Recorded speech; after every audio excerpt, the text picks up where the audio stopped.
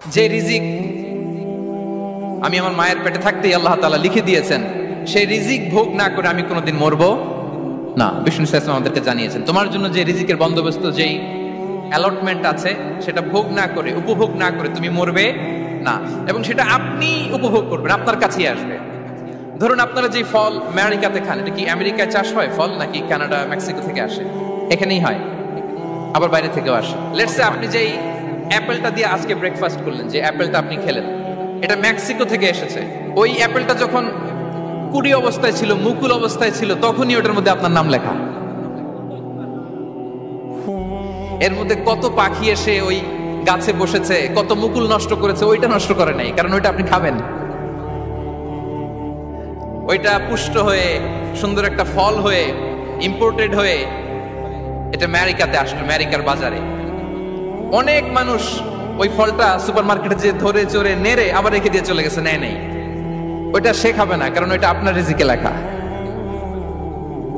ওই ফল আপনি নিয়ে আসলেন, বাসায় অনেকে অ্যাপেল খাচ্ছে, কিন্তু ওই অ্যাপেলটা খাবে না, কারণ এটা কে খাবে? সুবহানাল্লাহ পড়তে পারলেন না মজা করে? আল্লাহু আকবার। আপনার জন্য যে রিজিক নির্ধারিত, এটা আপনিই খাবেন।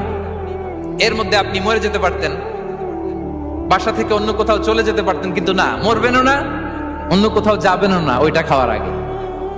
This is the essence of rizq. This is the essence of provision, sustenance. Inna Allah huwa ar-razzaqu dhul quwwati al-matin. মায়ের পেটে থাকতে নির্ধারিত, ওই ফল কেউ টাচ করবে না up until you try it. This is rizq. এই কথাটাই বিষ্ণু ঈসা ইসলাম খুব সুন্দর করে বলেছেন, লা তামুতু নাফসুন হাত্তা তাস্তাকমিলা রিজকাহা। অন্য বর্ণনায় এসেছে, লা তামুতু নাফসুন হাত্তা তাস্তাউফিয়া রিজকাহা। মানুষের জন্য যে রিজিকের বরাদ্দ, সেটা উপভোগ না করে, সেটা না খেয়ে ওই মানুষ এই দুনিয়া থেকে বিদায় নিতে পারে না।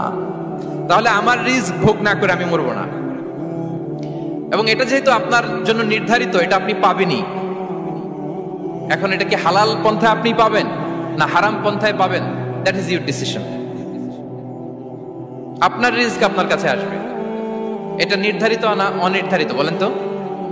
আমি সবার কাছ থেকে শুনবো, রিজিক কি নির্ধারিত না অনির্ধারিত? ফিক্সড, নির্ধারিত। ফর এন এক্সাম্পল, ধরুন আপনি সারা জীবনে 1 কোটি টাকা ইনকাম করবেন। কয় কোটি? 1 কোটি টাকা ইনকাম করবেন, এটা নির্ধারিত, আল্লাহ তাআলা ফিক্স করে ফেলেছেন, এটা আল্লাহর সিদ্ধান্ত। কিন্তু এই 1 কোটি হালাল পন্থায় আপনি উপার্জন করবেন না হারাম পন্থায়, এটা আপনার সিদ্ধান্ত। So now the decision is yours. যদি আপনি পরিশ্রমী হন, যদি আপনি সৎ পথ অবলম্বন করেন, তাহলে ওই 1 কোটি আসবে আপনার কাছে, কিন্তু হালাল পন্থায়। আর যদি আপনি হালাল হারাম মিক্স করেন, টেবিলের উপর দিয়েও নেন, নিচ দিয়েও নেন, আসবে কিন্তু 1 কোটি।